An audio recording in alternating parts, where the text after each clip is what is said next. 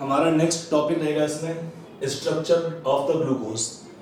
कि हम जो जानते हैं ग्लूकोज का स्ट्रक्चर ऐसे होता है, ये स्ट्रक्चर आता कहाँ से है, इसमें क्या क्या एविडेंसेस थे जिन्होंने बताया कि ग्लूकोज का स्ट्रक्चर ऐसा होना चाहिए कि जो होता है ग्लूकोज का स्ट्रक्चर। तो यहाँ पर आप हेडिंग डालेंगे, नेक्स्ट हेडिंग डालेंगे स्ट्रक्चर डिटर्मिनेशन ऑफ ग्लूकोज, और साथ में आपका इसमें पॉइंट्स क्या होंगे कि the structure of the glucose was assigned based on the following evidences. अभी मैं कुछ यहाँ देखूंगा केमिकल रिएक्शंस और प्रॉपर्टीज ऑफ ग्लूकोज जिनकी हेल्प से हमने ग्लूकोज का स्ट्रक्चर दिया जो अभी होता है। ठीक है, तो इसमें क्या क्या आपके प्रॉपर्टीज आती है इसमें, या स्ट्रक्चर के लिए हमारे पॉइंट्स आते हैं। तो पहला हम लिखेंगे पॉइंट यहाँ पर क्या होता है, from elemental analysis percentage composition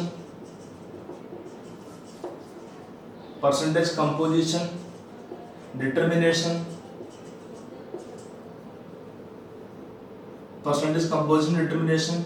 and molecular weight, the glucose was assigned molecular formula C6H12O6। Glucose का फॉर्मूला C6H12O6 हमने कहाँ से लिख दिया, ये तो अपना भाई का नहीं। तो इसमें होता क्या है कि पहले हमने लिखा पॉइंट एलिमेंटल एनालिसिस, कि ग्लूकोज के अंदर कौन से एलिमेंट होते हैं उनका टेस्ट करते हैं, टेस्ट ऑफ डिफरेंट एलिमेंट्स। एक बार हम ये that is called qualitative analysis, जो हमारा टॉपिक था प्रैक्टिकल ऑर्गेनिक केमिस्ट्री के अंदर था ना। इसमें मेथड होता है, इसमें लाइक डो मास जेल डाल, और उसमें सारा आता है। तो वहाँ पे percent how to find the test of carbon, test of hydrogen, तो वो सब टेस्ट होते हैं। उनकी हेल्प से निकाला हमने कि ग्लूकोज के अंदर ये एलिमेंट्स हैं। फिर निकाला percentage composition by different methods जो हमारे होते हैं पीओसी के अंदर। और फिर था हमारा मॉलिक्यूलर वेट डिटर्मिनेशन। तो ये मोलर वेट कहाँ से आता है, यूजिंग मोल कंसेप्ट एप्लीकेशंस और using qualitative properties like relative lowering of vapor pressure, elevation in boiling point, depression of freezing point और osmotic pressure, जो हमारी कॉमन प्रॉपर्टीज होती हैं क्वालिटेटिव प्रॉपर्टीज, उनकी हेल्प से हमने निकाला ग्लूकोज का मॉलिक्यूलर वेट। फिर ग्लूकोज का निकाला हमने उसके बाद में मॉलिक्यूलर फॉर्मूला, क्योंकि यहाँ पर हमको पता है परसेंटेज कंपोजिशन, उससे हम निकाल सकते हैं ग्लूकोज का एम्पिरिकल फॉर्मूला। एक बार हमको पता है ग्लूकोज का इतना मोलर वेट है और ये है ग्लूकोज का empirical formula, then for the glucose we can determine the molecular formula जो ग्लूकोज के लिए है C6H12O6, पहला पॉइंट। अगला आते हैं यहाँ पर है नेक्स्ट पॉइंट, एक इसमें रिएक्शन आता है, reaction on prolonged heating of glucose with HI, it give N-hexane. What this reaction suggests? It suggests the presence of open straight carbon chain of glucose structure। कि अगर हम रिएक्शन करते हैं glucose का, अगर हमारे पास ग्लूकोज का हमने रिएक्शन किया किससे, HI से, प्रोलॉन्ग्ड हीटिंग किया, लॉन्ग टाइम पे ट्रीटमेंट करते हैं, प्रोलॉन्ग्ड हीटिंग, तो क्या बनता है प्रोडक्ट आपका रिएक्शन में, फाइनली रिएक्शन में आपका प्रोडक्ट बनता है N-हेक्सेन। N-हेक्सेन का मीनिंग क्या, स्ट्रेट कार्बन चेन है 1 2 3 4 5 6 कार्बन। तो N-हेक्सेन के अंदर स्ट्रेट कार्बन चेन है, इसका मीनिंग क्या है, ग्लूकोज के अंदर भी कोई ब्रांच नहीं होनी चाहिए। और क्या होना चाहिए ग्लूकोज के स्ट्रक्चर में, open straight chain of 6 carbon atoms, ये होना चाहिए ग्लूकोज के स्ट्रक्चर के अंदर। तो ये हमारा पहला पॉइंट आया। फिर अगला आता है रिएक्शन में या पॉइंट्स के लिए प्रॉपर्टीज में, glucose react with your NH2OH hydroxylamine to form oxime form with HCl, it forms cyanohydrin with HCl, it forms cyanohydrin तो glucose react with NH2OH from oxime with HCl from cyanohydrin. ये दोनों reaction किसकी properties है? ये property होती है CHO या CO group का। तो ये रिएक्शन क्या करते हैं? This reactions indicating the presence of carbonyl group. अभी इसमें हमको ये पता नहीं चलेगा इससे कि ये ग्रुप अल्डिहाइड या कीटोन है, बट ये श्योर है कि कंपाउंड के अंदर ये कार्बोनिल ग्रुप होगा।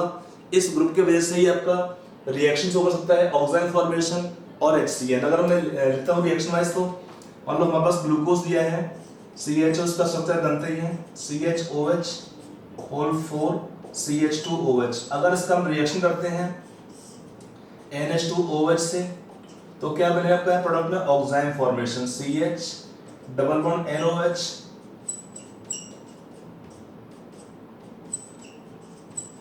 अगर हम रिएक्शन करते हैं इसका HCl से means HCl plus KCl mixture, तब क्या बनता है cyanohydrin formation CnOHH CHOH whole 4 CH2OH। ये आपको बनेगा साइनोहाइड्रिन। तो ये प्रॉपर्टीज क्या है? साइनोहाइड्रिन फॉर्मेशन और प्रॉपर्टी ऑक्साइन फॉर्मेशन। ये हमारा बन गया ऑक्साइन। तो ये आपका इंडिकेटिव होता है प्रेजेंस ऑफ CO ग्रुप का, that CO group can be either aldehyde और कैन बी कीटोन। उसके लिए कोई लिमिटेशन मतलब उसके बारे में हमें यहाँ से पता नहीं चलेगा, उसके लिए हमें और इन्फॉर्मेशन चाहिए। आगे चलते हैं नेक्स्ट प्रॉपर्टी पर। एक्चुअली सारा प्रॉपर्टीज के थ्रू ही हमको स्ट्रक्चर मिलता है ग्लूकोज का, कि ग्लूकोज का स्ट्रक्चर ये होता है। ये कहाँ से प्रेडिक्ट करते हैं? सारा प्रॉपर्टीज है। अगला मिलता है प्रॉपर्टी हमको नेक्स्ट मिलता है कि glucose get oxidize easily with mild oxidizing agent like bromine water. Glucose get oxidized easily with mild oxidizing agents like bromine water to give a carboxylic acid having same number of carbon atoms indicating the carbonyl group to be aldehyde group. Glucose get oxidized easily with the mild oxidizing agents like your bromine water to give carboxylic acid having same number of carbon atoms indicating the carbonyl group to be CHO group। ठीक है। Actually देखिए होता क्या है कि अगर हम oxidation करते हैं कीटोन्स का, आप पढ़े थे टॉपिक में इन topic aldehyde ketones, when we take oxidation of aldehydes तो क्या होता है इस रिएक्शन में? हमको मिलता है acid containing same number of carbon atoms. अगर हम करते हैं ऑक्सीडेशन ऑफ कीटोन्स तो क्या होता है? कीटोन्स का ऑक्सीडेशन में we get carboxylic acids but they have less number of carbon atoms. इसका रीजन क्या होता है कि एक तो कीटोन्स का रिएक्टिविटी कम होता है ऑक्सीडेशन के लिए, और क्या होता है जब कीटोन्स का ऑक्सीडेशन करते हैं तो आपका ब्रेक होता है कंपाउंड दो या ज्यादा फ्रैक्शंस के अंदर, तो और सब फ्रैक्शन क्या होगा? नंबर ऑफ कार्बन एटम कम हो जाते हैं। तो यहाँ पर क्या आपको जो रिएक्शन दिया है ग्लूकोज का ऑक्सीडेशन इजीली हो जाता है किससे? With mild oxidizing agents like your bromine water, even Tollens reagent, Fehling solution. वो तो खैर आपको और भी टेस्ट देते हैं कंपाउंड का, बट यहाँ पर ब्रोमीन वाटर का जो स्पेशल रिएक्शन है वो बताता है कि ग्लूकोज के अंदर एक CO ग्रुप है और CO ग्रुप कैसा हुआ? CHO ग्रुप होता है। तो इसमें एक्चुअली रिएक्शन क्या होता है ब्रोमीन वाटर में? अगर हम ऑक्सीडाइज करते हैं ये CHO ग्लूकोज, अगर हम लेते हैं कंपाउंड को, जब इसका ऑक्सीडेशन होगा रिएक्शन में तो क्या बनता है? By bromine water CHO becomes COOH and if compound is glucose तो प्रोडक्ट का नाम होता है ग्लूकोनिक एसिड। क्या नाम है प्रोडक्ट का? Gluconic acid. ग्लूकोज से हमको बनेगा रिएक्शन में मिलेगा ग्लूकोनिक एसिड फॉर्मेशन। तो एक हमारा इस रिएक्शन से आइडिया मिलता है कि ग्लूकोज का ऑक्सीडेशन इजीली होता है, और इससे पता चलता है कि CO ग्रुप हमारा ग्लूकोज में CHO ग्रुप है, और ये प्रोडक्ट होता है रिएक्शन का। तो यहाँ से हमको आइडिया लगा ग्लूकोज के अंदर स्ट्रेट कार्बन चेन है 6 कार्बन एटम्स का और उसमें एक CO ग्रुप है और वो CO ग्रुप क्या है, वो CO ग्रुप हमारा है एल्डिहाइड ग्रुप। अब आते हैं नेक्स्ट एग्जांपल पर, नेक्स्ट प्रॉपर्टी पर। हमारा जो नेक्स्ट प्रॉपर्टी यहाँ पर आता है वो आता है एसिटाइजेशन का। ये हमारा प्रॉपर्टी है अल्कोहल का कि अगर हम रिएक्शन करते हैं ऑन मींस ग्लूकोज क्या देगा, glucose give penta acetyl derivative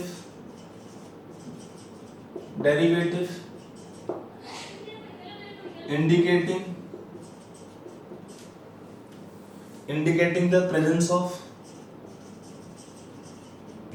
of 5 OH groups in glucose molecule,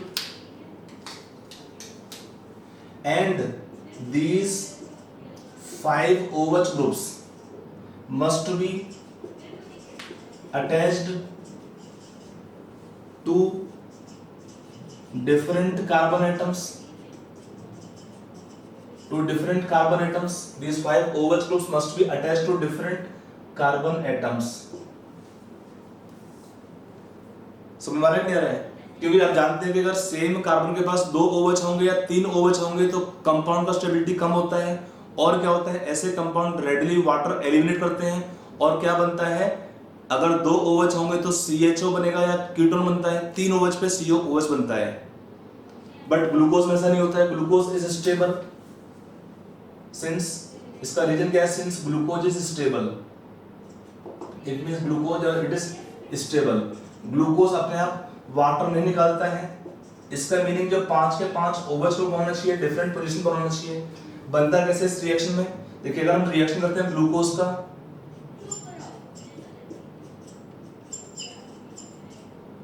acetic anhydride से,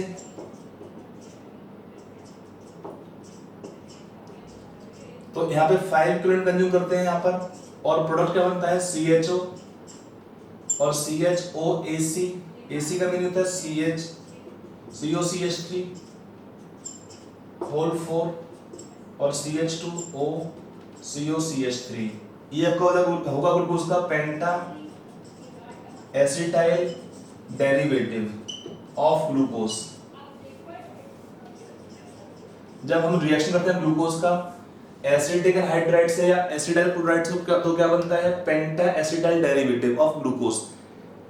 मतलब क्या होता है, इस रिएक्शन से हमको पता चलता है ग्लूकोज के अंदर 5 OH ग्रुप हैं और 5 के 5 OH ग्रुप अटैच्ड है कहां पर, 5 डिफरेंट पोजीशंस पर, 5 डिफरेंट पोजीशंस पर, सॉरी यहाँ पे OH ग्रुप हुआ 5 OH ग्रुप है और वो 5 के 5 OH कहां पे लगे हुए हैं, ऑन 5 डिफरेंट कार्बन एटम्स। तो इस रिएक्शन से पता चलता है ग्लूकोज में 5 हमारे OH ग्रुप है। अगला एग्जांपल, जो हमारा अगला रिएक्शन आता है यहाँ पर है, देखो glucose as well as gluconic acid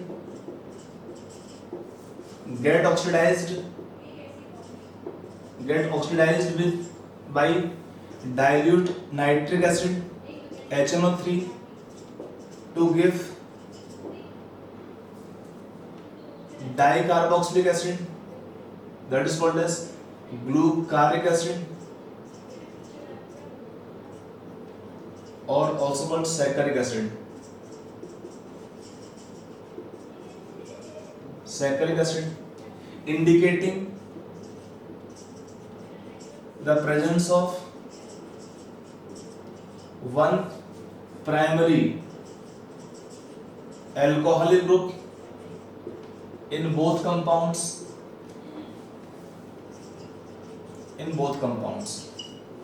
ये हमारा ग्लूकोज होता है,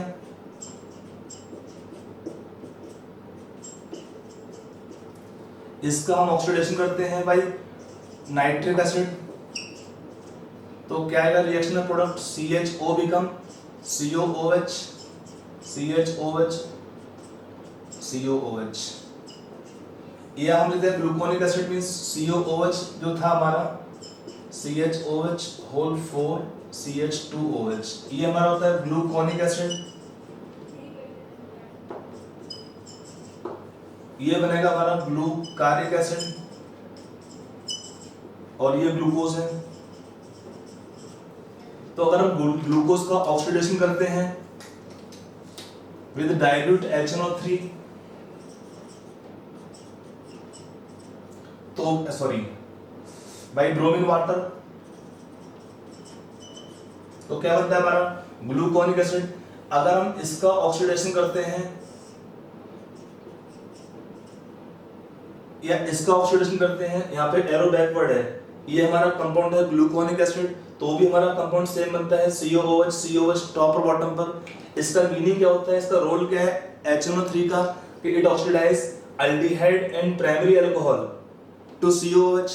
तो दोनों ही केस में ग्लूकोज के अंदर और ग्लूकोनिक एसिड के अंदर भी एक प्राइमरी अल्कोहल ग्रुप प्रेजेंट होना चाहिए, तभी ये रिएक्शन आपको दिखेगी यहाँ पर, तभी आपको ये रिएक्शन आपको विजिबल होगा, फॉर्मेशन ऑफ ग्लूकारिक एसिड दोनों रिएक्शन से। तो ये हमारा रिएक्शन से आइडिया लगता है कि ग्लूकोज के अंदर और ग्लूकोनिक एसिड दोनों में क्या क्या है, एक प्राइमरी अल्कोहल ग्रुप भी साथ में प्रेजेंट होता है। ठीक है, हमारा जो अगला प्रॉपर्टीज है इसमें कुछ और रिएक्शंस यहाँ पर हैं ग्लूकोज की। अगर हम रिएक्शन करते हैं ग्लूकोज का,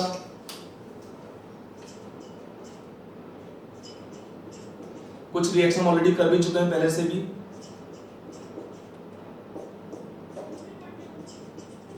उसमें इसे एक होता है यहाँ पे रिएक्शन, इसका रिडक्शन करते हैं हम, रिडक्शन करते हैं किसके प्रेजेंस में, रिडक्शन विद H2 निकल और इवन सोडियम बोरोहाइड्राइड, इसको ले लो। H2 निकल भी क्या होता है, CHO become CH2OH, CHOH whole 4 CH2OH। तो यहाँ पर हमारा ग्लूकोज था, क्या देगा प्रोडक्ट यहाँ रिएक्शन में, इसको हम सॉर्बिटॉल और ग्लूसीटॉल, कॉमन नेम है ग्लूसीटॉल और सॉर्बिटॉल। अब ये आपका कंपाउंड होता है रिडक्शन करने पर। अब इसका अगर हम रिएक्शन करते हैं आगे विद HI, यहां भी हीट करते हैं लॉन्ग टाइम में, तो क्या बनता है, it give the reaction to iodohexane, ये प्रॉपर्टी है इस कंपाउंड का। सॉर्बिटॉल का रिडक्शन करते हैं, सॉर्बिटॉल और ग्लूसीटॉल रिएक्शन करते हैं HI से हीट करने पर लॉन्ग टाइम में, तो क्या बनता है प्रोडक्ट 2 आयोडोहेक्सेन। इस रिएक्शन में अगर हम रिएक्शन करते हैं ग्लूकोज का किससे, HiO4 से, तो इस रिएक्शन में 5 मोल्स कंज्यूम करते हैं HiO4 के, और प्रोडक्ट क्या बनता है रिएक्शन में, it give 5 moles of HCOOH and 1 mole of formaldehyde. ये हमने रिएक्शन पढ़ा था वहां पर cleavage with of vicinal diols, तो वहां पर ये रिएक्शन हमको मिलता है। अगर हम रिएक्शन करते हैं ग्लूकोज का किससे, अमोनिया, सोडियम बाइसल्फाइड और skips base, glucose with no reaction, there is no reaction of glucose with these reagents। और क्या होता है इसका, ये तो हमें मिला पूरा स्ट्रक्चर के लिए पॉइंट कि ग्लूकोज का स्ट्रक्चर ओपन चेन है, 5 OH ग्रुप है, एक ग्रुप अल्डिहाइड है, और बाकी जो सारा स्ट्रक्चर्स हमको आइडिया मिलते हैं, प्राइमरी अल्कोहल ग्रुप होगा ग्लूकोज में, इन सब रिएक्शन से हमको ये आइडिया मिलता है। लेकिन H और OH लेफ्ट कितने हैं, राइट कितने हैं, ये हमको मिलता है और काफी सारी केमिकल रिएक्शन से। तो जो आपका अगला आता है एग्जैक्ट स्पेशियल अरेंजमेंट, स्पेस में जो अरेंजमेंट होता है that is called spatial arrangement, is determined by many other reactions, other different organic reactions, उनके हेल्प से हमको मिलता है ग्लूकोज का एग्जैक्ट स्पेशियल अरेंजमेंट। किस स्पेस में कौन सा है, HOH लेफ्ट में कितने हैं, राइट में कितने हैं, वो हमको मिलते हैं और अदर केमिकल रिएक्शन से। ठीक है, तो ये हमारा हुआ ग्लूकोज का स्ट्रक्चर, ओपन चेन स्ट्रक्चर मिलता है यहाँ से। लेकिन ओपन चेन स्ट्रक्चर में कुछ ड्रॉबैक होते हैं, उससे हमें मिलता है ग्लूकोज का साइक्लिक स्ट्रक्चर। तो हमारा नेक्स्ट हेडिंग हो जाएगा इसमें objections to open chain structure and the glucose ring structure. तो हमारा देखिए we have discussed till now कि हमारा ग्लूकोज का ओपन चेन स्ट्रक्चर होता है, उसके लिए डिफरेंट प्रॉपर्टीज होती हैं। दे एक्सप्लेन कि glucose have open chain structure, but open chain structure में कुछ ड्रॉबैक भी होते हैं। ऑब्जेक्शंस हैं ओपन चेन स्ट्रक्चर के, क्या क्या ड्रॉबैक्स हैं वो यहाँ पर एक लिस्ट किया हुआ है। देखिए पहला ड्रॉबैक होता है कि ग्लूकोज में क्या होता है, ऑक्सीडेशन तो इजी होता है, दो oxidize easily, it does not give 2,4-DNP test. अगर हम देखें एल्डिहाइड कीटोन्स जो भी होते हैं सब एक टेस्ट होता है 2,4-DNP टेस्ट होता है, ब्रेडिस टेस्ट वो देते हैं। इसका मीनिंग क्या होता है ब्रेडिस टेस्ट का, कि 2,4-डाइनाइट्रोफिनाइल हाइड्रोजन से रिएक्शन होगा, एल्डिहाइड का कीटोन का क्या बनता है, येलोइश क्रिस्टलाइन सॉलिड बनते हैं, पीपीटी बनता है। वो यहाँ पर ग्लूकोज में नहीं होता ये वाला टेस्ट। और क्या है, स्किप्स टेस्ट, ये टेस्ट होता है एल्डिहाइड के लिए, नेगेटिव है। It does not react with ammonia and sodium bisulphide, कि अगर हमारे कंपाउंड के अंदर ग्रुप था एल्डिहाइड तो उसका रिएक्शन होना चाहिए था, all aldehydes are reacting with sodium bisulphite, but glucose का रिएक्शन नहीं होता है सोडियम बाइसल्फाइड से या अमोनिया से। अगला आता है पेंटा एसिटेट ऑफ ग्लूकोज। देखो हमने रिएक्शन किया था कुछ ओपन चेन स्ट्रक्चर में, हमारा पॉइंट था कि जब रिएक्शन हम करते हैं ग्लूकोज का एसिडिक एनहाइड्रेट से तो क्या बनता है पेंटा एसिटाइल डेरिवेटिव, उसमें 5 आते हैं OCO CH3 ग्रुप और एक CHO रहता है। अगर CHO ग्रुप फ्री है तो क्या होना चाहिए था, टॉलरेंस टेस्ट, फेलिंग्स टेस्ट देना चाहिए था ग्लूकोज को, या रिएक्शन होना चाहिए था NH2OH से, बट ग्लूकोज का रिएक्शन नहीं होता है पेंटा एसिटाइल डेरिवेटिव का विद NH2OH या टॉलरेंस रिएजन और फेलिंग सॉल्यूशन और बेनेडिक्ट सॉल्यूशन, ये सब टेस्ट क्या होते हैं, नेगेटिव होते हैं। इसका मीनिंग क्या है, ग्लूकोज के अंदर CHO ग्रुप फ्री नहीं है। फिर आता है in solution glucose exist in 2 forms, इसका नाम हम पढ़ाएंगे थोड़ी देर में, देखते हैं। एक का नाम होता है अल्फा डी ग्लूकोज और एक का नाम होता है बीटा डी ग्लूकोज। कि आपका जो सॉल्यूशन में ग्लूकोज 2 फॉर्म्स में एग्जिस्ट करता है, alpha D and beta D glucose. ये कैसे बनेंगे इसको समझाएंगे, ये ग्लूकोज के ओपन चेन स्ट्रक्चर से एक्सप्लेन नहीं कर सकते हम लोग। और एक आता है फिनोमिना ऑफ म्यूटारोटेशन, ये ग्लूकोज का प्रॉपर्टी है और सारे शुगर जो रिड्यूसिंग होते हैं उनका प्रॉपर्टी है। शुगर रिड्यूसिंग नॉन रिड्यूसिंग क्या होते हैं इसके बारे में भी बताएंगे, डिस्कस करेंगे। फिर क्या लिखा है, glucose from 2 kind of isomeric methyl glucosides with CH3OH in presence of dry HCl। देखो ग्लूकोज में क्या होता है, या कोई भी हम एक जनरल रिएक्शन देते हैं, मान लो हमारे पास एक कंपाउंड है, एक ग्रुप है एल्डिहाइड, इसका हमने रिएक्शन किया CH3OH से in dry HCl, acid catalyse reaction होगा। तो पहले क्या बनता है, हेमी एसिटल, और ये हम जानते हैं कि हेमी एसिटल से स्टेबल कम होते हैं और रिएक्शन होता है रिवर्सिबल। तो जो हमारे कंडीशंस होती हैं, हमारी जो कंडीशंस होती हैं लाइक टॉलरेंस रिएजेंट में या फेलिंग सॉल्यूशन में, हेमी एसिटल्स क्या होते हैं, they hydrolyze back to the starting aldehyde, मतलब क्या होंगे, रिएक्शन आपका बैकवर्ड डायरेक्शन में चला जाएगा और क्या बनता है फ्री एल्डिहाइड। उसके बाद ये टॉलरेंस टेस्ट देते हैं, फेलिंग्स टेस्ट देते हैं। एक पॉइंट है लिखा था आपको मैंने टॉलरेंस और फेलिंग सॉल्यूशन के अंदर कि hemiacetals give test with the Tollens reagent और फेलिंग सॉल्यूशन, दोनों से टेस्ट पॉजिटिव होता है हेमी एसिटल्स का। क्यों होता है, क्योंकि हेमी एसिटल्स बहुत स्टेबल नहीं होते हैं और रिएक्शन वापस जाएगा। एसिटल्स टेस्ट नहीं दे सकते हैं but hemiacetals will give test with the Tollens और फेलिंग सॉल्यूशन, ये टेस्ट नहीं देते हैं विद टॉलरेंस रिएजेंट और फेलिंग सॉल्यूशंस। ये हमारा कंपाउंड कैसा है, हेमी एसिटल है, और ये हमारे कंपाउंड कैसे हैं, एसिटल्स हैं। अगर हम अज्यूम करते हैं सेम चीज ग्लूकोज के लिए, तो क्या होता है, ग्लूकोज के अंदर एक CHO ग्रुप होता है, तो उस CHO ग्रुप की वजह से रिएक्शन होना चाहिए ग्लूकोज का CH3OH से ड्राई HCl में, तो क्या बनना चाहिए, इस टाइप का कंपाउंड बनना चाहिए। बनते भी है ग्लूकोज में, बट क्या बनता है ग्लूकोज में 2 काइंड ऑफ मिथाइल ग्लूकोसाइड्स। वो क्यों बनेंगे, बिकॉज ग्लूकोज का वो सॉल्यूशन में 2 फॉर्म में एग्जिस्ट करता है, इसलिए 2 टाइप के बनते हैं मिथाइल ग्लूकोसाइड्स। और मिथाइल ग्लूकोसाइड्स दोनों के अंदर एक ही CH3 ग्रुप लगता है, मतलब रिएक्शन उसका हुआ एक ही मोल से CH3OH से, बट जो प्रॉपर्टी होती है मिथाइल ग्लूकोसाइड्स की वो रिजेंबल करती हैं एक फुल एसिटल्स को। मतलब ग्लूकोज का जो हम 2 बनाएंगे isomeric methyl glucosides, they will not give test with Tollens reagent और फेलिंग सॉल्यूशन और बेनेडिक्ट सॉल्यूशंस, वो तीनों टेस्ट नेगेटिव रहेगा। इसका मतलब क्या है, जो हमारा ग्लूकोज के मिथाइल ग्लूकोसाइड बनते हैं वो रिजेंबल करना चाहिए एसिटल्स को, ना कि हेमी एसिटल्स को, एक CH3 ग्रुप होने के बाद भी। तो ये हमारा एक ड्रॉबैक्स है ग्लूकोज के ओपन चेन स्ट्रक्चर के। इनसे में क्या मिलता है, these give the idea of the glucose cyclic structure.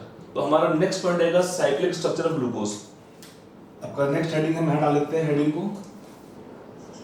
Cyclic structure of glucose.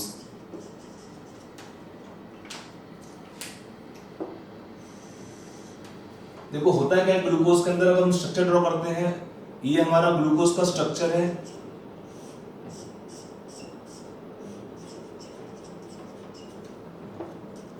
Carbon third पे OH लेफ्ट साइड में होता है और सारे ग्रुप OH राइट साइड में है। इसको याद करने का ट्रिक भी है, तरीका भी है कि ग्लूकोज के अंदर कार्बन थर्ड पे हमारा OH ग्रुप लेफ्ट में है और सारे ग्रुप OH राइट साइड होते हैं। 1 carbon, 2 carbon, 3rd carbon, 4 carbon, 5 carbon, 6 carbon, 6 carbon है ग्लूकोज के अंदर। अब होता क्या है, देखिए यहाँ पर क्या है, सेम मॉलिक्यूल में एक CHO ग्रुप है और अल्कोहल ग्रुप भी है। तो यहाँ पर क्या हुआ, रिएक्शन बिकम इंट्रामोलिकुलर। नॉर्मल क्या होता है, रिएक्शन अगर हम करते हैं कीटोन्स का, अल्डिहाइड का विद CH3OH और अल्कोहल, तो पहले बनते हैं हमारे थे हेमी एसिटल्स अल्डिहाइड में, फिर एसिटल्स फाइनली। अगर हम लेते हैं कीटोन्स तो पहले बनते हैं हेमी कीटल और लास्ट में कीटल्स बनते हैं। लेकिन ग्लूकोज में क्या होता है, ग्लूकोज के अंदर सेम मॉलिक्यूल में CHO ग्रुप भी है और OH ग्रुप भी होते हैं। तो यहाँ पर क्या हुआ, रिएक्शन बिकम इंट्रामोलिकुलर। कैसा, intramolecular attack of OH group on CHO group. इस रिएक्शन में इसी OH का अटैक हुआ। रिएक्शन क्या होता है, जब भी हमारी रिएक्शन होगी इंट्रामोलिकुलर, तो वो फेवर करते हैं formation of at least 5 membered ring और 6 मेंबर्ड रिंग। अगर 6 मेंबर्ड रिंग बन सकती है तो उसका स्टेबिलिटी ज्यादा होता है, तो वो प्रेफर होती है रिएक्शन में। यहाँ पर क्या है, सेम कंपाउंड में OH ग्रुप भी है और CHO ग्रुप भी है, तो यहाँ पर रिएक्शन अटैक हुआ इंट्रामोलिकुलर। अब कार्बन का यहाँ पे हाइब्रिडेशन क्या होता है, sp2 हाइब्रिडाइज कार्बन है।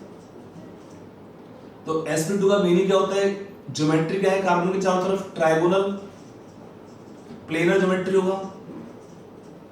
अगर ज्योमेट्री है ट्रायगोनल प्लेनर, तो इसका मीनिंग क्या होता है कि इस कार्बन के चारों तरफ अगर हम अटैक करते हैं न्यूक्लियोफाइल का, तो 2 टाइप से अटैक पॉसिबल है। मान लो ये हमारा कंपाउंड है, स्ट्रक्चर है ट्रायगोनल प्लेन में होंगे सारे एटम्स, तो attack of OH can be from this side, तो ग्रुप ऐसे जाएंगे नीचे तरफ। अगर हम अटैक करते हैं बॉटम साइड से, तो आपका अटैक ऐसे होगा, तो ऊपर से OH ग्रुप सब ऊपर जाएंगे ग्रुप यहाँ पर। तो यहाँ पर 2 बनेंगे स्ट्रक्चर्स यहाँ पर, just like your reaction of aldehyde with HCN, तो क्या था, फॉर्मेशन ऑफ 2 काइंड ऑफ एनंशियोमर। यहाँ भी सेम टाइप का रिएक्शन होगा। यहाँ पर 2 टाइप के बनेंगे स्ट्रक्चर्स। एक स्ट्रक्चर में ये होगा रिएक्शन विल बी रिवर्सिबल। यहाँ पर एक में क्या होता है, OH ग्रुप जाएगा राइट साइड पे और एक स्ट्रक्चर में OH ग्रुप जाएगा आपका लेफ्ट साइड में। इसको मैं यहां लिख लेता हूं ऐसे करके, एक स्ट्रक्चर में OH ग्रुप जाएगा राइट साइड में और एक स्ट्रक्चर में हमारा OH ग्रुप जाएगा यहाँ पर लेफ्ट साइड में। 2 स्ट्रक्चर बनेंगे यहाँ पर।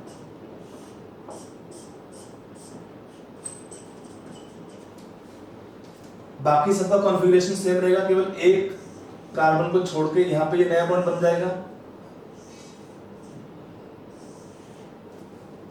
और सारे बॉन्ड सेम है।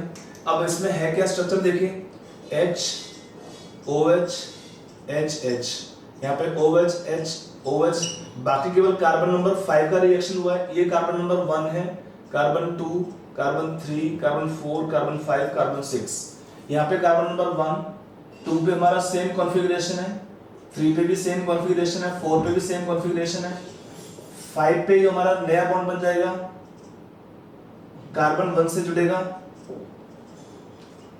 तो ये हमारे 2 बनेंगे स्ट्रक्चर यहाँ पे। इनको हम बोलते हैं क्या, alpha D and beta D glucose. पहला वाला होता है अल्फा डी ग्लूकोज और सेकंड होता है बीटा डी ग्लूकोज। ये अल्फा डी और बीटा डी कहां से आते हैं, देखो अल्फा डी का मीनिंग क्या होता है, जो नया हमारा एसिमेट्रिक कार्बन जनरेट होगा उस पर OH ग्रुप राइट में आता है तो हम अल्फा यूज करते हैं टर्म उसके लिए। अगर हमारा OH ग्रुप लेफ्ट में जाएगा तो उसके लिए नाम होता है बीटा यूज होता है। OH राइट में तो अल्फा, OH लेफ्ट तो बीटा यूज करते हैं इसके लिए, टर्म्स के लिए।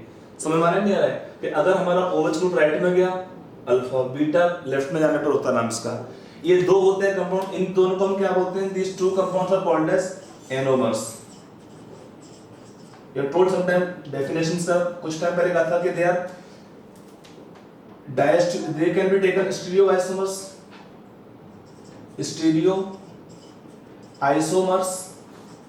having different configuration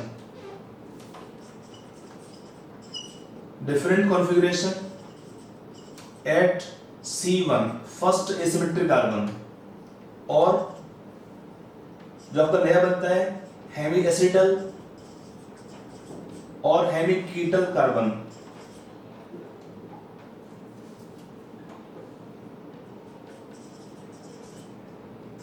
carbon atom, इसको हम बोलते हैं hemi acetal carbon atom. Carbon number 1 है, कार्बन नंबर 1 पे ही केवल आपका डिफरेंट कॉन्फ़िगरेशन है और सारा कॉन्फ़िगरेशन यहाँ पे सेम है।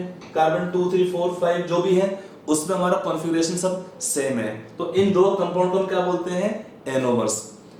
एक आपको टाइम पहले एक स्टेटमेंट दिया था मैंने आपको कि all anomers can be also called as epimers, but reverse is not true कि all epimers can not be taken as anomers. इसका रीजन ये होता है कि एनोमर में क्या होता है, किसी भी इसमें फर्स्ट कार्बन होना चाहिए कि इन दिस केस पहला जो कार्बन एटम है उस पर आपका आता है डिफरेंट कॉन्फ़िगरेशन, और वो फर्स्ट कार्बन आपका एनी में भी आता है।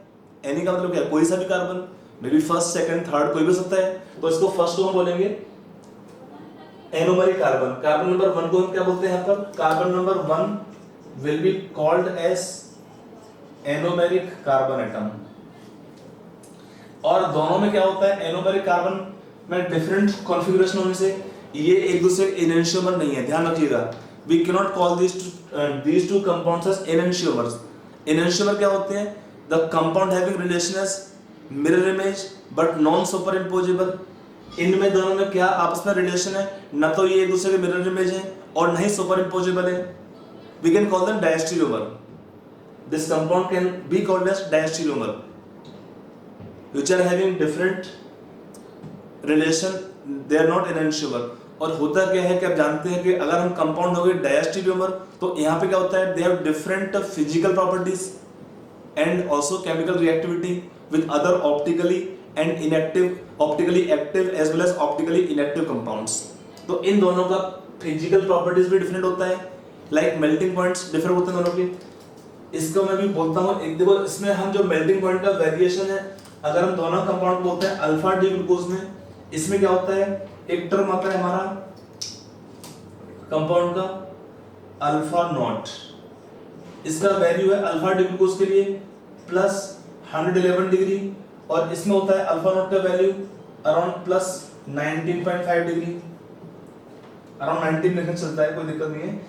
और दोनों का मेल्टिंग पॉइंट डिफरेंट है। अल्फा डी ग्लूकोज का मेल्टिंग पॉइंट होता है around 146 degree Celsius, beta D glucose का मेल्टिंग पॉइंट है 150 डिग्री सेल्सियस।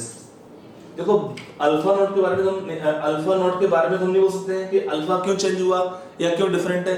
हाँ, एनंशियोमर में क्या होता है, अल्फा नॉट का वैल्यू दोनों का बराबर होता है मैग्नीट्यूड में, बट दोनों का साइन अपोजिट होता है, तो वो होता है एनंशियोमर। यहाँ पर तो साइन दोनों का पॉजिटिव है, दोनों का साइन यहाँ पर पॉजिटिव है ऑप्टिकल आइसोमेरिज्म का, क्योंकि ऑप्टिकल आइसोमेरिज्म को हम हमेशा निकालते हैं bye experimental methods.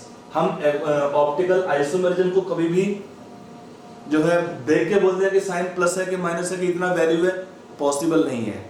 Optical isomerism for a compound is determined always experimentally. यहाँ पे टर्म लिखा है अल्फा नॉट, इसे क्या होता है अल्फा नॉट को, it is called as the molecules specific rotation. ठीक है, अब ये हमारे दो बन जाएंगे, यहाँ पे क्या 6 मेंबर रिंग बनेगा, काउंट कर लीजिए 5 कार्बन एटम है, 1 2 3 4 5 और एक एटम ऑक्सीजन आएगा। तो दोनों ही केस में जब 5 कार्बन एटम होते हैं और एक एटम ऑक्सीजन का है, तो यहाँ पे बनेगा 6 मेंबर रिंग। साइक्लिक स्ट्रक्चर आपका बनता है ग्लूकोज का, और उस साइक्लिक स्ट्रक्चर को हम डिनोट करते हैं bye हैवर्थ projections. Cyclic structure draw करते हैं बाय यूजिंग हैवर्थ प्रोजेक्शंस। थोड़ा सा बात कर लेते हैं। देखिए सॉल्यूशन में, उसके आगे जाने से पहले देखिए सॉल्यूशन के अंदर ग्लूकोज आपका ओपन चेन स्ट्रक्चर में होगा और ये होंगे दे आर इन इक्विलिब्रियम, इनका mixture plus with the glucose, मतलब इससे ये बनेगा, फिर इससे ये बन सकता है, इससे भी ये बनेगा और फिर इससे ये बन सकता है। दोनों साइड आपका रिएक्शन जो है यहाँ पर पॉसिबल होता है और कन्वर्ट होते हैं कंपाउंड 1 से सेकंड कंपाउंड में। क्यों होते हैं उसका रीजन आता है, एक फिनोमेना होता है न्यूटन रोटेशन। अभी उस पॉइंट पर आते हैं फिनोमेना के ऊपर। पहले देखते हैं इसका ग्लूकोज का साइक्लिक स्ट्रक्चर ड्रॉ कैसे करते हैं यूजिंग हैवर्थ प्रोजेक्शंस। यहाँ पर टर्म होता है हैवर्थ प्रोजेक्शंस।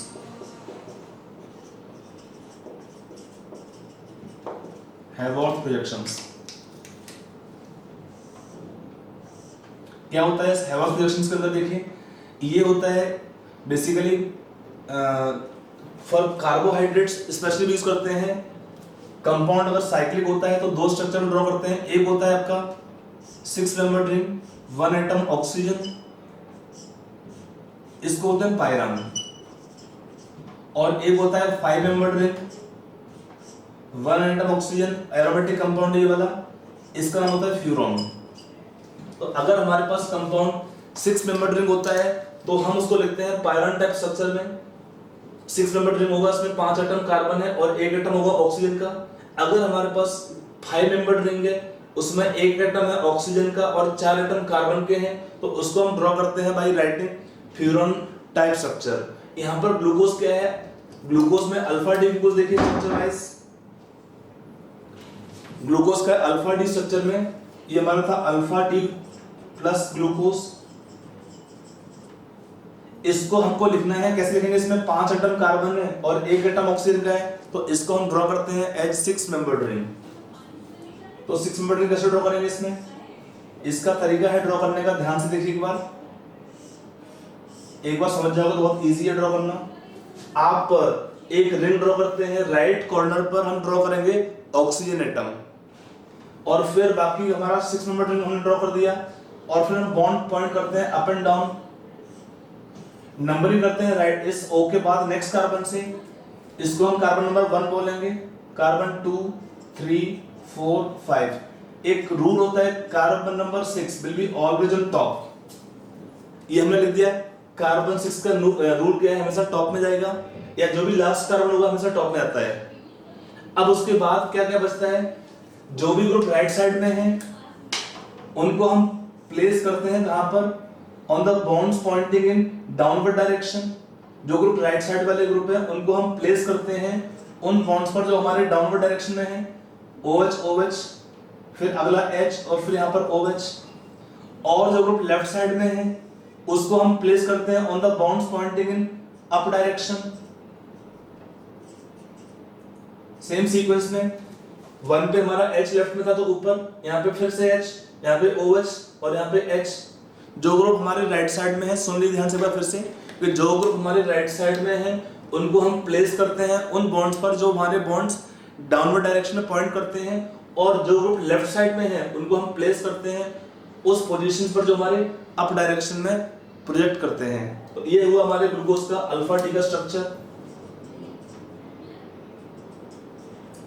अब ये अल्फा डी तो है ग्लूकोज, और किस फॉर्म में है? ये हमारा है पायरन स्ट्रक्चर में, तो उसको कहते हैं अल्फा डी ग्लूको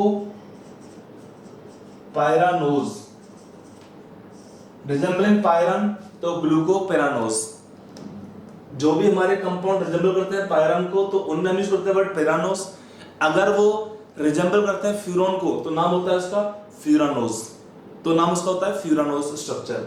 समझ में आ रहा है नहीं आ रहा है? अब ये तो हमारा अल्फा डी ग्लूकोज का मेल्टिंग, ये इसमें कितना आता था melting point?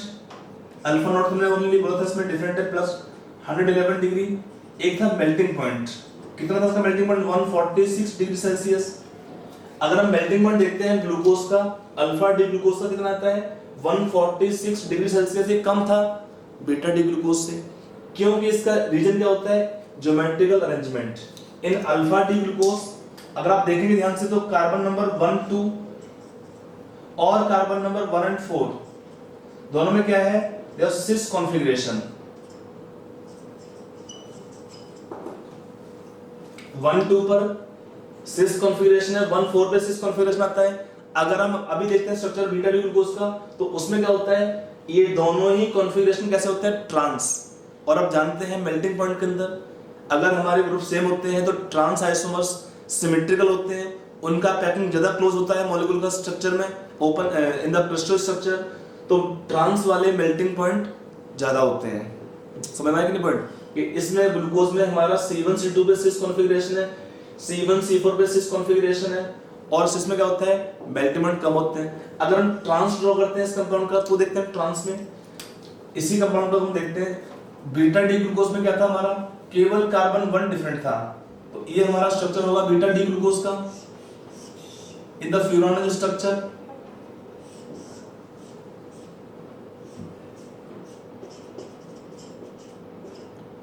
One two three four five, one पे क्या हुआ ग्लूकोज में खाली ये वन चेंज होता है, वन पे OH लेफ्ट में जाता था और H नीचे जाएगा राइट में जाने से, बाकी सब सेम था H OH OH H और यहाँ पे था आपका H OH सब सेम होता है। यहाँ पे 5 पे H, यहाँ पे कोई ऑप्शन नहीं होता है तो 5 पे हमारा H नीचे रहता है, ये हमेशा CH2OH टॉप पे रहता है। तो ये हमारा स्ट्रक्चर होता है बीटा डी ग्लूकोज का, बीटा डी ग्लूको पायरानोस या बीटा डी ग्लूकोज ही है, पायरानोस स्ट्रक्चर लिखते हैं इसको तो इसलिए पायरानोस वर्ड यूज करते हैं इसके लिए। अब यहाँ पर क्या है बीटा डी ग्लूकोज में मेल्टिंग पॉइंट क्या था इसका 150 डिग्री सेल्सियस। अब मेल्टिंग पॉइंट क्यों ज्यादा होता है, इसका रीजन है ज्योमेट्रिकल अरेंजमेंट। यहाँ पर क्या है C1C2 और C1C4 दोनों पर क्या होगा ट्रांस कॉन्फ़िगरेशन। अब देखिए दोनों में यहाँ पे भी OH और H ट्रांस में है, 1,4 पे भी OH और H ट्रांस में जा रहे हैं। तो ट्रांस आइसोमर में क्या होता है हायर मेल्टिंग पॉइंट, क्योंकि ट्रांस आइसोमर का पैकिंग ज्यादा क्लोज होगा सॉलिड स्टेट में, इसलिए ट्रांस वाले का मेल्टिंग पॉइंट ज्यादा होता है सिस वाले से। तो ये रीजन है मेल्टिंग पॉइंट के डिफरेंट होने का। बाकी दोनों का अल्फा नोट वैल्यू डिफरेंट है, इसका अल्फा नोट होता है 19.5 डिग्री, अराउंड 90 भी लिखा होता है बुक में, तो कोई टेंशन वाली 19 you can take average for doing questions. तो अल्फा नोट डिफरेंट है दोनों का, मेल्टिंग पॉइंट डिफरेंट दोनों का होते हैं alpha D beta D glucose के। तो इन्हें हम क्या बोल सकते हैं anomers, they can be called as like your diastereomers. Configuration की वजह से आपका मेल्टिंग पॉइंट दोनों का डिफरेंट होता है। तो ये हमारा ग्लूकोज का स्ट्रक्चर हुआ हैवर्थ रिएक्शंस के अंदर। इन हैवर्थ रिएक्शंस आपको मैं फ्रक्टोज का स्ट्रक्चर भी साथ में बोल दे रहा हूं एक बार। देखिए हम हैवर्थ रिएक्शन का एग्जांपल एक और देते हैं साथ में यहाँ पर फ्रक्टोज के केस में। फ्रक्टोज में क्या होता है स्ट्रक्चर आप देखें फ्रक्टोज का CH2OH CO। Glucose and fructose में क्या होता है same configuration on carbon 3 4 5, OH left में है बाकी के दोनों OH राइट में होते हैं। ये हमारा स्ट्रक्चर है फ्रक्टोज का डी फ्रक्टोज। साइन इसका नेगेटिव होता है ऑप्टिकल आइसोमेरिज्म का। तो यहाँ पर क्या होता है फ्रक्टोज का जब हम स्ट्रक्चर लेते हैं इसको हम बोलते हैं carbon number 1, carbon number 2 3 4 5, carbon number 6। इसमें क्या होता है जब रिएक्शन होगा इसमें तो इसका रिएक्शन अटैक करेंगे CO ग्रुप के कीटोन के पास, ऊपर आएगा माइनस चार्ज, बाद में H लेके यहाँ पे क्या बनेगा हेमिकीटल। कीटोन से बनते हैं हेमिकीटल्स और एल्डिहाइड्स बनते हैं हेमिएसिटल्स। तो यहाँ पर जब रिएक्शन होगा इंट्रामोलिकुलर तो दो बनेंगे स्ट्रक्चर यहाँ पर। एक में क्या है OH ग्रुप राइट में आता है और एक में हमारा OH ग्रुप लेफ्ट में जाएगा। जब अगर OH गया राइट में तो हमारा क्या आएगा OH राइट में तो आपका CH2OH लेफ्ट में जाएगा।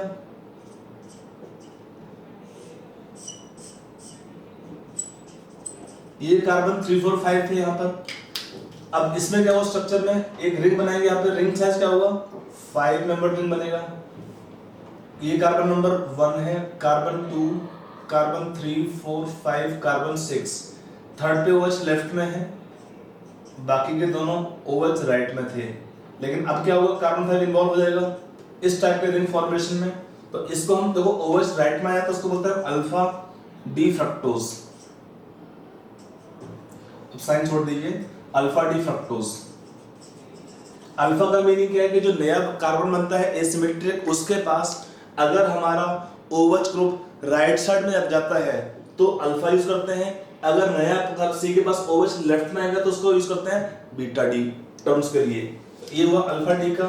अगर हम इसका एक और ड्रॉ करते हैं स्ट्रक्चर तो उसमें क्या होगा हमारा CH2OH ग्रुप राइट में जाएगा और OH हमारा लेफ्ट में आएगा, बाकी के C पर सेम कॉन्फ़िगरेशन आएगा।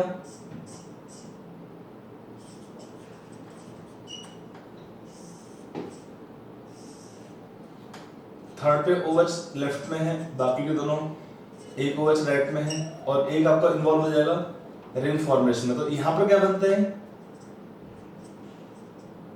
यहाँ बनेगा आपका 5 मेंबर रिंग।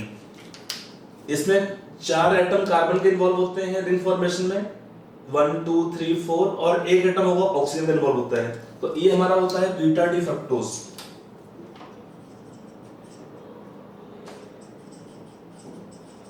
सिंपल तरीका है, अगर हमारा OH ग्रुप जाएगा राइट साइड पे तो नाम आता है अल्फा डी, और अगर हमारा अल्फा और बीटा में OH जाएगा लेफ्ट साइड में तो ये हुआ beta D fructose.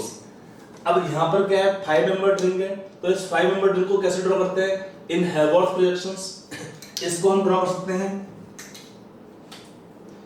फ्यूरानस type structure में। इसका क्या होता है स्ट्रक्चर लिखने का रूल,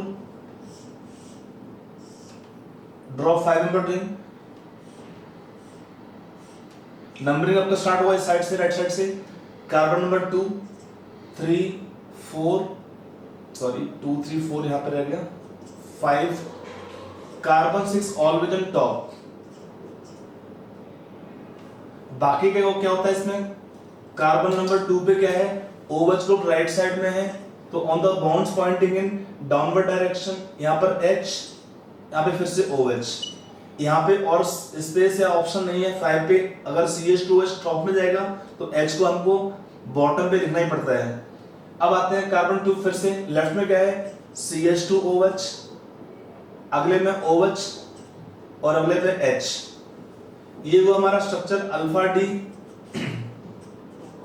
फ्रक्टोज का, तो फ्रक्टो फ्यूरानोज रिजेंबलिंग फ्यूरान, तो नाम आएगा फ्यूरानोज स्ट्रक्चर। और इसको हम क्या बोलेंगे, इसको हम ड्रॉ करते हैं सेम स्ट्रक्चर में।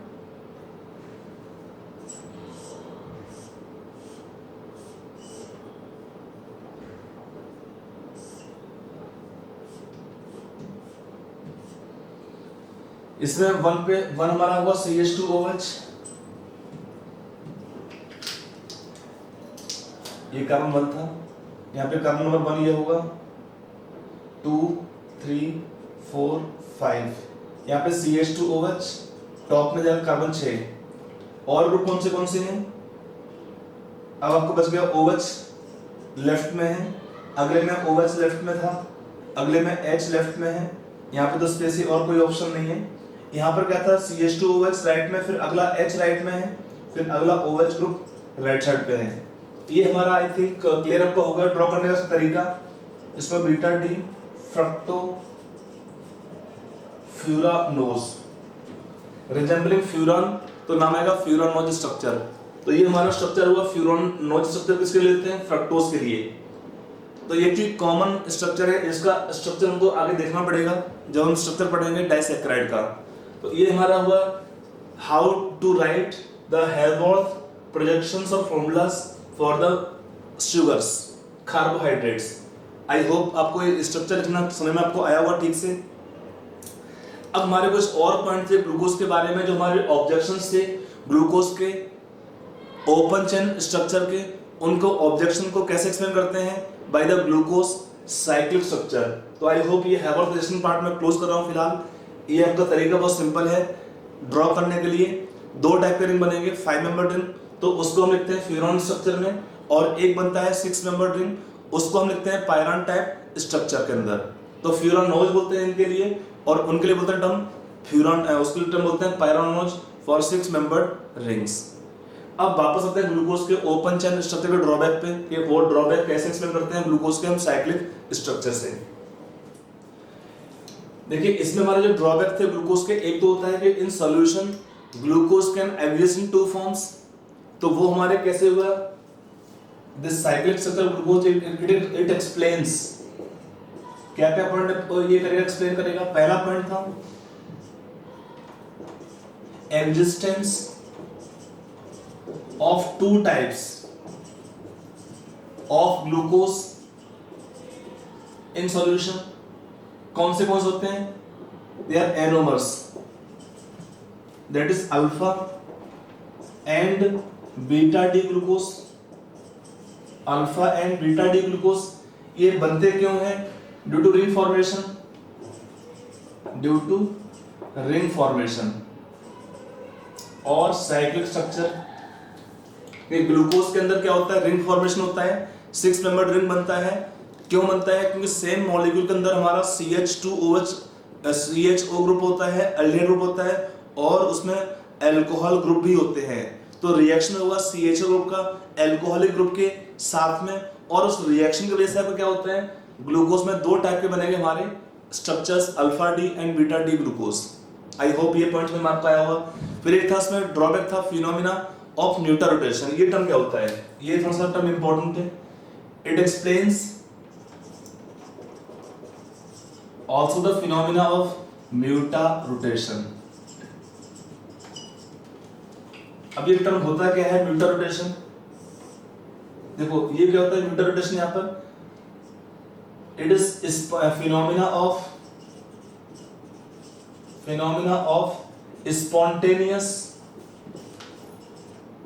interconversion of alpha D glucose to beta D glucose and vice versa, so that mixture can have specific rotation of plus 52.5 degree. ये होता है ग्लूकोज का अल्फा नोट के value. It is the specific rotation of glucose. इस value को पहुंचाने के लिए हमारा जो ग्लूकोज होता है अल्फा डी ग्लूकोज, वो चेंज होगा बीटा डी ग्लूकोज में। कि अगर हमने सपोज ये बनता कहां से glucose? From the reaction of sucrose, when sucrose is hydrolysed तो आपको देगा ग्लूकोज प्लस फ्रक्टोज, या और भी सोर्सेस होंगे। तो अगर हमारे सॉल्यूशन में ग्लूकोज का जो एग्जिस्टेंस है वो अगर है अल्फा डी ग्लूकोज में तो वो चेंज होता है बीटा डी ग्लूकोज में, और अगर हमारा पहले एग्जिस्ट करता है बीटा डी ग्लूकोज तो वो चेंज होगा आपका अल्फा डी ग्लूकोज में।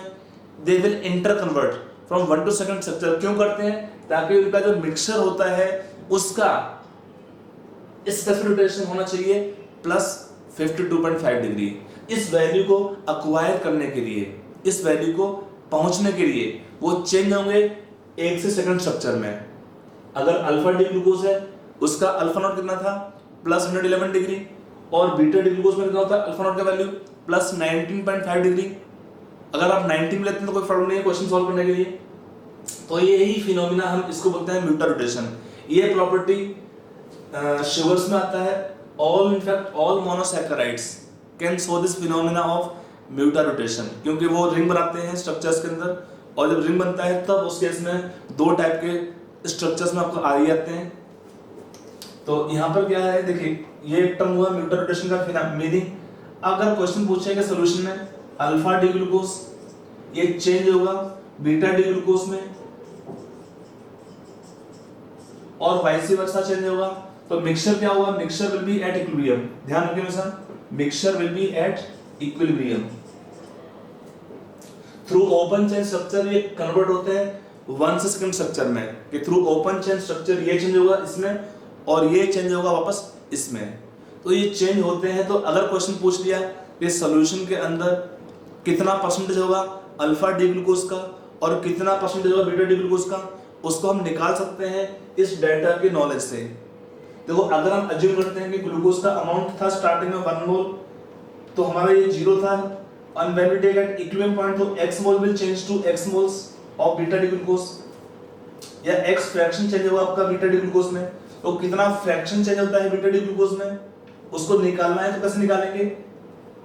देखो इसका जो वैल्यू हम ऑलरेडी लिख चुके हैं प्लस 111 डिग्री इनटू करेंगे आप 1 माइनस एक्स, प्लस इसका था अल्फा नॉट का वैल्यू प्लस 19 डिग्री इनटू हो जाएगा x is equal to how much?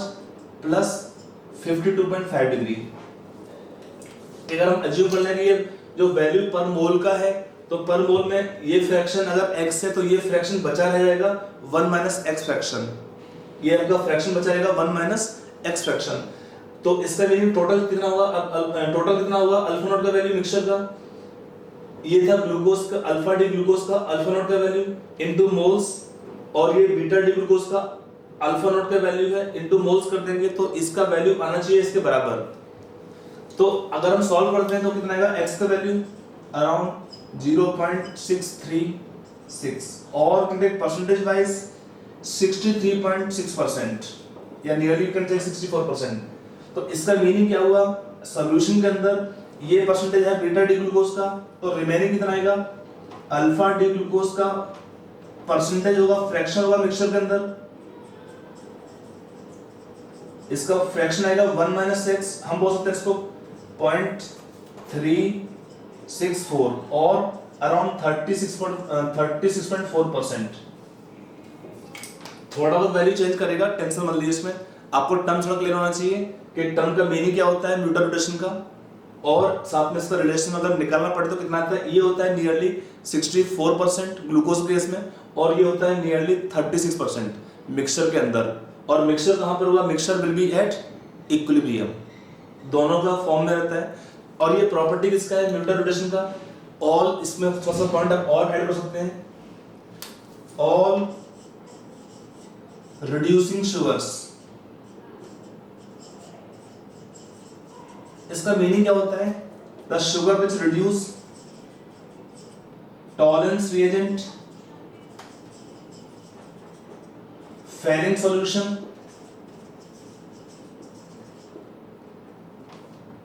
Etcetera. जो हमारे कॉमन टेस्ट आपके दो होते हैं, प्लस एक टेस्ट है बेनेडिक्ट सॉल्यूशन टेस्ट, वो भी रहेगा इसमें, टॉलरेंस रिएजेंट, फेरिंग सॉल्यूशन, इनको बोलते हैं reducing sugar. Show the phenomena of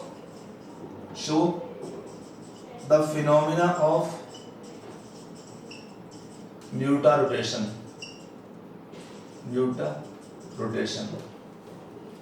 तो जो भी शुगर आपका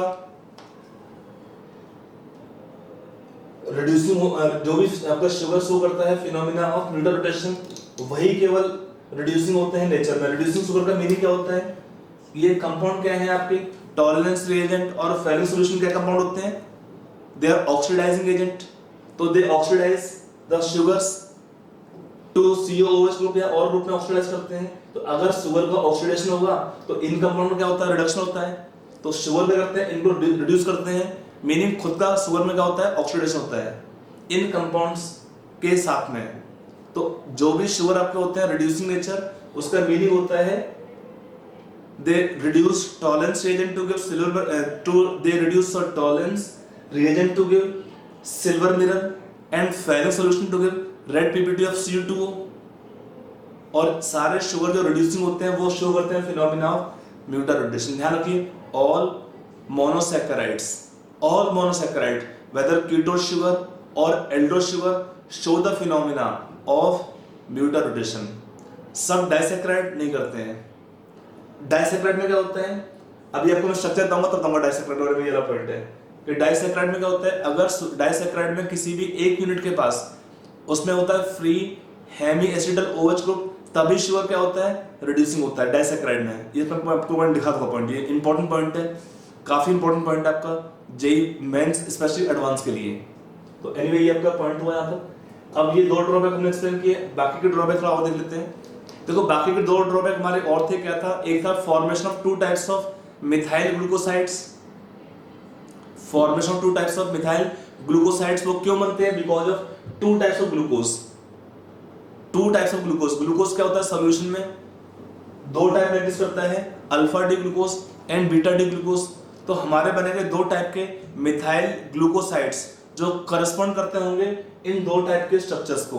तो एक बनता है अल्फा डी मिथाइल ग्लूकोसाइड, एक बनता है बीटा डी मिथाइल ग्लूकोसाइड। और होता क्या है, रिंग स्ट्रक्चर में ऑलरेडी एक OH ग्रुप रहता है केवल साइक्लाइजेशन होने के बाद। तो एक रिएक्शन करेंगे 1 मोल CH3OH से, तो क्या बन जाएगा, OCH3 ग्लूकोज के पास। इसलिए क्या होता है, दो टाइप के बनेंगे यहाँ पर ग्लूकोज में methyl glucosides which correspond to alpha D glucose and beta D glucose. एक ड्रॉबैक था कि ग्लूकोज का रिएक्शन नहीं होता है किससे, अमोनिया से, सोडियम बाइसल्फाइड से, स्किप्स बेस से। उसका रीजन क्या होता है, देखो अमोनिया हुआ, सोडियम बाइसल्फाइड हुआ या स्किप्स बेस हुआ, ये सब क्या होते हैं, they are weaker reagents, they can not open the ring. उनके प्रेजेंस में हमारा रिंग का ओपनिंग पॉसिबल नहीं है। बट अगर बोलते हैं stronger reagent like NH2OH, phenyl hydrogen, और हम लिखते हैं phenyl this HCN NH2OH phenyl hydrogen, तब क्या होता है, ये रिएक्शन देते हैं। बिकॉज ये रिएजेंट क्या है, CN- या हम बोलेंगे NH2OH या फिनाइल हाइड्रोजन, ये सब क्या है, स्ट्रॉन्ग रिएजेंट होते हैं और ये रिंग को ओपन कर देंगे। और रिंग ओपनिंग होने के बाद कंपाउंड बनेगा, ग्लूकोज स्ट्रक्चर में आता है, उसके बाद आगे रिएक्शन करता है। तो ये हमारे जो ड्रॉबैक थे हमारे ओपन चेन स्ट्रक्चर के, ग्लूकोज का जो साइक्लिक स्ट्रक्चर है उनको एक्सप्लेन करता है। ठीक है, अब यहाँ पे कुछ रिएक्शन और हैं 2-4 ग्लूकोज की, वो हम देख लेते हैं, फिर हम आते हैं स्ट्रक्चर ऑफ डाइसैक्राइड में।